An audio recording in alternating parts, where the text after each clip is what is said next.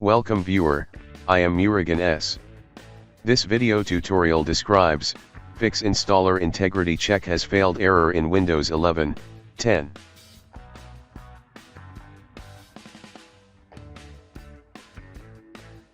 Hold Shift key, right click, click copy as path.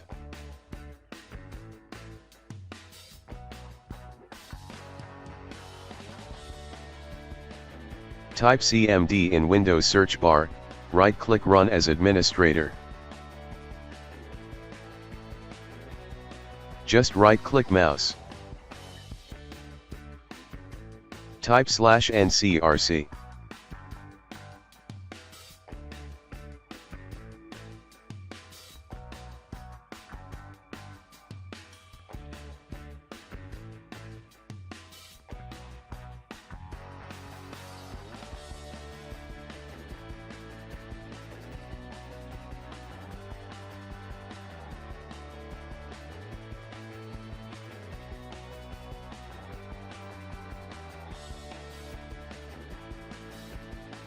I hope this video tutorial helps to you.